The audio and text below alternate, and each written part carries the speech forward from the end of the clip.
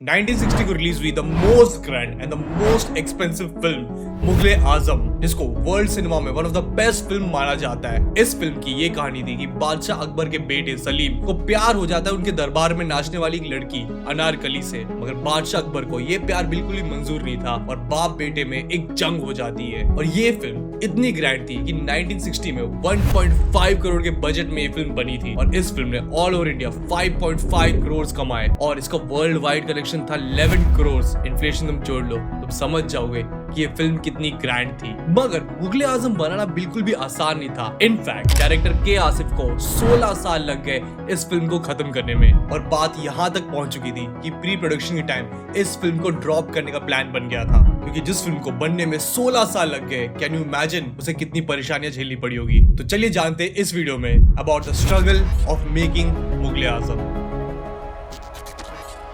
हर एक चीज जो थी वो मुगले आजम के वो बड़ी थी। तो जब मुगले आजम का नाम हम सुनते हैं तो हमें सिवाय बड़प्पन के और एक बहुत ह्यूज कैनवस के दृश्य के और कुछ हमारे नजर आता है। 1944 में डायरेक्टर के आसिफ ने इस फिल्म को बनाने के बारे में सोचा। जब मुगले आजम को उन्होंने अडेप्ट किया था एक प्ले से जिसका नाम था अनारकली, जिसे लिखा था इम्तियाज अली ताज ने। और के आसिफ जी की सिर्फ एक ही डिमांड थी, परफेक्शन एट एनी कॉस्ट। जिसके बाद उन्होंने इस फिल्म को लिखने के लिए 5 राइटर्स की टीम बनाई, जिसमें वो खुद इंक्लूडेड थे। और उस टीम में बड़े बड़े राइटर्स थे जैसे कि वजाद मिर्जा और कमाल अमरोही। और कमाल अमरोही ने आगे जाके एक बहुत बड़ी ग्रैंड फिल्म बनाई थी पाकीज़ा, जिसे खुद बनने में 14 साल लग गए थे, जिस पे खुद एक अलग वीडियो बन सकती है and may be in future जरूर ये वीडियो आएगा। कि मेरे पिताजी ने भी एक दिन के लिए इस फिल्म में काम किया था। He wanted to be an actor many years ago, which I got to know later. लेकिन उन्होंने इतनी गंदी एक्टिंग की कि आई थिंक आसिफ साहब ने कहा बेटा तुम एक्टिंग मत करो, तुम एक्टर पैदा करो जाकर। स्क्रिप्ट पूरी होने के बाद कास्टिंग का काम शुरू हुआ, जहां बादशाह अकबर का रोल प्ले करने वाले थे चंद्र मोहन, सलीम का रोल करने वाले थे डी के सबरू और अनारकली का रोल गया था वन एंड ओनली नरगिस जी के पास। लेकिन चंद्र मोहन जी बादशाह अकबर का रोल प्ले करने के लिए रेडी नहीं थे और उन्हें जैसे तैसे करके के आसिफ जी ने मनाया और अपने प्रोड्यूसर दोस्त सिराज अली हाकिम के साथ 1946 में उन्होंने इस फिल्म का प्रोडक्शन स्टार्ट कर दिया था और इस फिल्म का शूट बॉम्बे टॉकीज में शुरू हो गया था। पर तभी 1947 में देश को आजादी मिली और उसी के साथ हुआ देश का बंटवारा, जहाँ कई लोग इंडिया से माइग्रेट होकर पाकिस्तान चले गए, जिसमें से एक थे सिराज अली हाकिम। और उस वक्त देश का पॉलिटिकल माहौल काफी अलग चल रहा था, जिसके वजह से ये फिल्म रुक गया। और फिर 1949 में आई एक बुरी खबर, चंद्र मोहन जी एक हार्ट अटैक की वजह से चल बसे और वहीं इस फिल्म को ड्रॉप कर दिया गया। मगर के आसिफ जी बिल्कुल भी हार मानने के मूड में बिल्कुल नहीं थे, तो उन्हें सपूर जी पलुंजी के रूप में मिला इस फिल्म का फाइनेंसर और फाइनली के आसिफ साहब ने इस फिल्म के प्रोडक्शन को वापस स्टार्ट किया। जहां ऑलरेडी काफी वक्त निकल चुका था तो उन्होंने डिसाइड किया कि इस फिल्म के कास्ट को रिकास्ट करेंगे और तभी पृथ्वीराज कपूर बने बादशाह अकबर, दिलीप कुमार जी बने सलीम और मधुबाला बनी अनारकली। और आज ये ट्रायो आइकॉनिक है इंडियन फिल्म इंडस्ट्री में। मगर के आसिफ जी मधुबाला की कास्टिंग से बिल्कुल भी खुश नहीं थे। उन्हें लगता था कि मधुबाला इस रोल के लिए परफेक्ट नहीं है, लेकिन मधुबाला से मिलने के बाद वो फाइनली कन्विंस हो गए कि मधुबाला अनारकली के रोल के लिए परफेक्ट है। और फाइनली इतने सारे स्ट्रगल के बाद 1952 में इस फिल्म का प्रोडक्शन वापस शुरू हो गया। अगला हर्डल था इस फिल्म का बजट, जहां ऑलरेडी के आसिफ जी का डिमांड था परफेक्शन, जिसके लिए वो किसी भी हद तक जाने के लिए रेडी थे। कहा जाता है कि के आसिफ जी ने देश भर के कोने कोने से इस फिल्म के लिए प्रॉप्स मंगाए। दिल्ली से टेलर्स आए इस फिल्म के कॉस्ट्यूम को बनाने के लिए, सूरत से एम्ब्रॉयडरी करने के लिए लोग आए, हैदराबाद से इस फिल्म के जेवर मंगाए गए, राजस्थान के लोहारों से इस फिल्म के हथियार बनाए गए और ऐसे अलग अलग कोनों से ऐसे कई सारे प्रॉप्स आए, जिसकी वजह से इस फिल्म का बजट बढ़ गया। फिल्म में एक सीन है जहाँ पे जमीन पे मोती गिराए जाते लगातार। उस सीन में नकली मोती का इस्तेमाल हो रहा था, मगर के आसिफ जी उस सीन से बिल्कुल भी सेटिस्फाइड नहीं थे। उन्होंने उस सीन के लिए लिटरली असली मोती मंगाए, सिर्फ परफेक्शन के लिए, जिसने बजट ऑब्वियसली इंक्रीज कर दिया। इस मोती की कीमत अदा की जाए। वहीं साथ साथ के आसिफ जी ने मधुबाला को इस फिल्म के लिए 1 लाख रुपए दिए थे। जब फिल्म का गाना प्यार किया तो डरना क्या शूट होना था, तो के आसिफ जी की सिर्फ एक डिमांड थी कि लाहौर के शीश महल का रेप्लिका बनाया जाए और पूरी क्रू लग गई उसका रेप्लिका बनाने में और ये पूरे गाने का बजट बन गया 10 लाख रुपए। नौबत यहाँ तक पहुँच गई। जहाँ उस जमाने यानी कि 1960s में 5 से 10 लाख में एक मूवी शूट हो जाती थी। सोचो एक गाने का बजट 10 लाख हो गया, जो उस जमाने के स्टैंडर्ड से बहुत ज्यादा ही हाई था। उसी के साथ साथ शीश महल का सबसे बड़ा एक इशू हो रहा था उसे लाइट करना, जहाँ ऑलरेडी शीश महल का रेप्लिका बहुत बड़ा था और कितनी भी लाइट्स लगा ली जाए वो ठीक से लिट अप नहीं हो रहा था, जिसमें सबसे बड़े इशू दे रही थी उस सेट के आईने।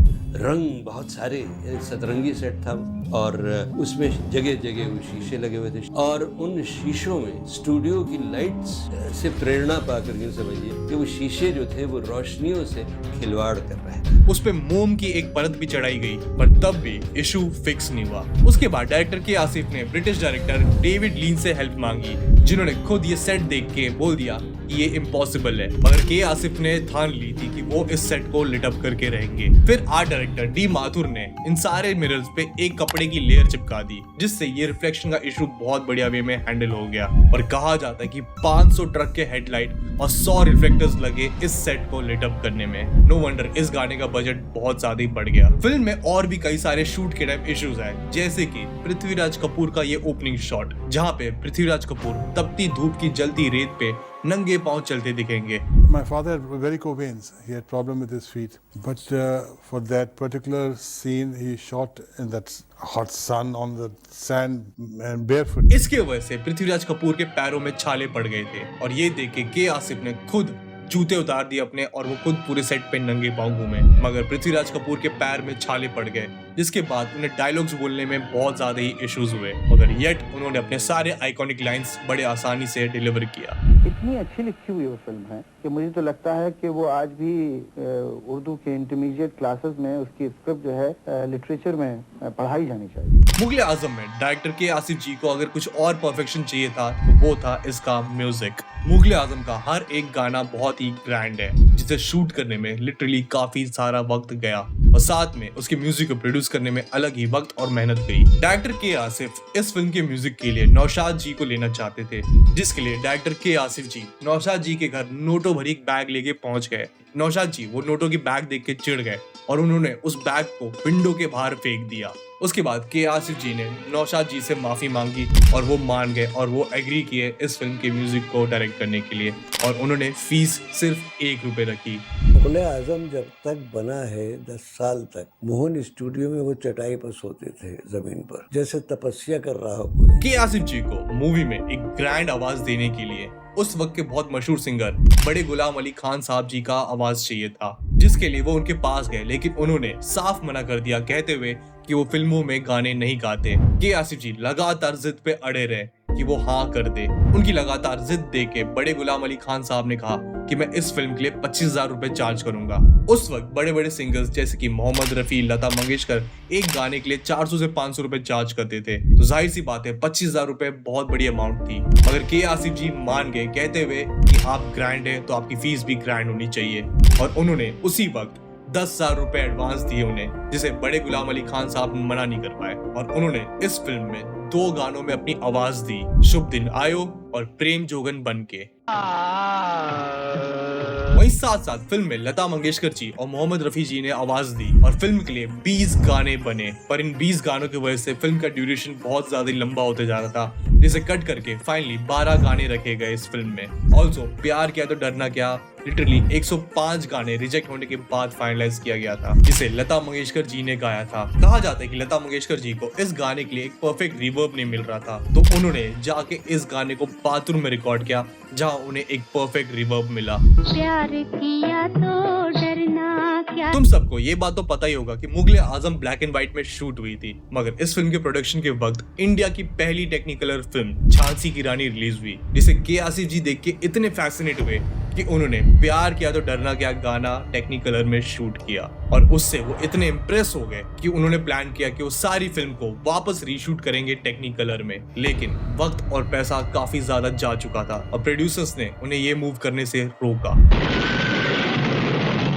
इस फिल्म में क्लाइमैक्स में एक वॉर सीन है, जिसे शूट करने के लिए एक बहुत बड़ी क्रू चाहिए थी, तो डायरेक्टर के आसिफ ने उस वक्त के डिफेंस मिनिस्टर कृष्ण मेनन से बात किया, और फिल्म के क्लाइमैक्स के वक्त लिटरली इंडियन आर्मी के जयपुर रेजिमेंट का इस्तेमाल हुआ, जिसमें लिटरली 8,000 लोग थे, जो राजस्थान की गर्मी में गर्म रेत पे शूट हुआ, जहाँ 2,000 ऊंट, 400 घोड़े और कई सारे हाथियों का इस्तेमाल हुआ। इस शूट के दौरान गर्मी सबसे बड़ी इशू थी, काफी लोग इससे डिहाइड्रेट हो गए, काफी लोगों को परेशानी हुई, जिसमें से सबसे बड़ा इशू हो रहा था हाथियों को हैंडल करना, जो तोप की आवाज से डर जा रहे थे और इसके वजह से डिलेस पे डिलेस हो रहे थे और दिलीप कुमार साहब को तपती धूप की गर्मी में पूरा आर्मर पहन के इस सीन को शूट करना पड़ा, लेकिन eight the end of the day वो शॉट काफी परफेक्ट आया। अनारकली हमारे हवाले कर दो।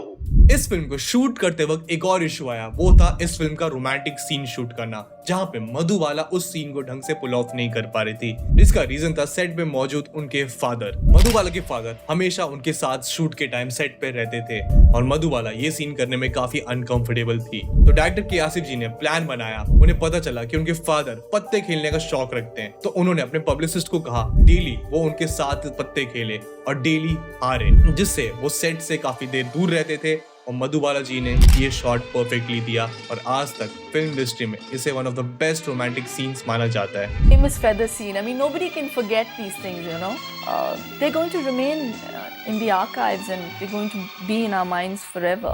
फिल्म के शुरुआती दिनों में मधुबाला जी और दिलीप कुमार जी रिलेशनशिप में थे और फिल्म के शूट के दौरान ही दिलीप कुमार जी ने मधुबाला जी को शादी के लिए पूछा था, लेकिन मधुबाला जी के घर वाले दिलीप कुमार जी को बिल्कुल भी पसंद नहीं करते थे और उनके कहने पे मधुबाला ने दिलीप कुमार जी का शादी का प्रपोजल ठुकरा दिया, जिसके पीछे एक अलग ही कहानी है और उस पे एक वीडियो एक दिन मैं जरूर बनाऊंगा, जिसके वजह से इन दोनों का रिश्ता खत्म हो गया था। फिल्म के आखिरी दिनों में दोनों के बीच बिल्कुल भी बातें नहीं होती थी और बहुत ही ऑकवर्डनेस रहता था। इनफैक्ट पर्सनल इशू के आसिफ के साथ भी हुआ, जहाँ के आसिफ जी की शादी दिलीप कुमार जी की बहन से हुआ था और दोनों के बीच में काफी अनबन चल रही थी, जिसमें दिलीप कुमार जी ने जब कुछ कहा तो के आसिफ जी और दिलीप कुमार जी के बीच में झगड़ा हो गया और दिलीप कुमार जी इतने नाराज हुए कि वो इस फिल्म के प्रीमियर पे बिल्कुल भी नहीं गए।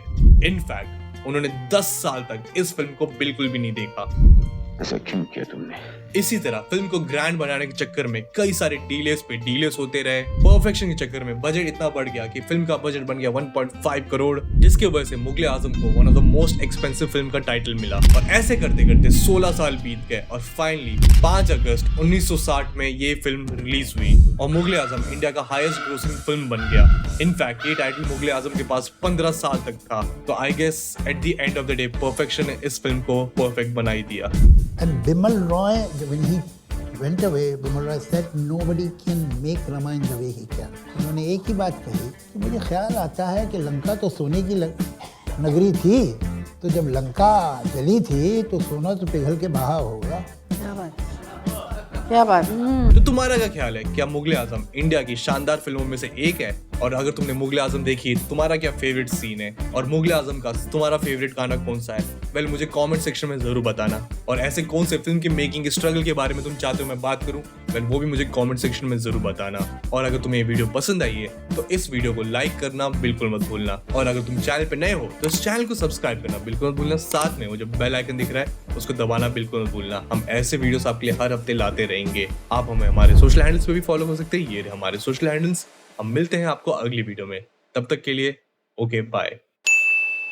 वीडियो देखी ना अब लाइक सब्सक्राइब हाँ कर दो, लाइक सब्सक्राइब हाँ कर दो, लाइक सब्सक्राइब हाँ कर दो, लाइक सब्सक्राइब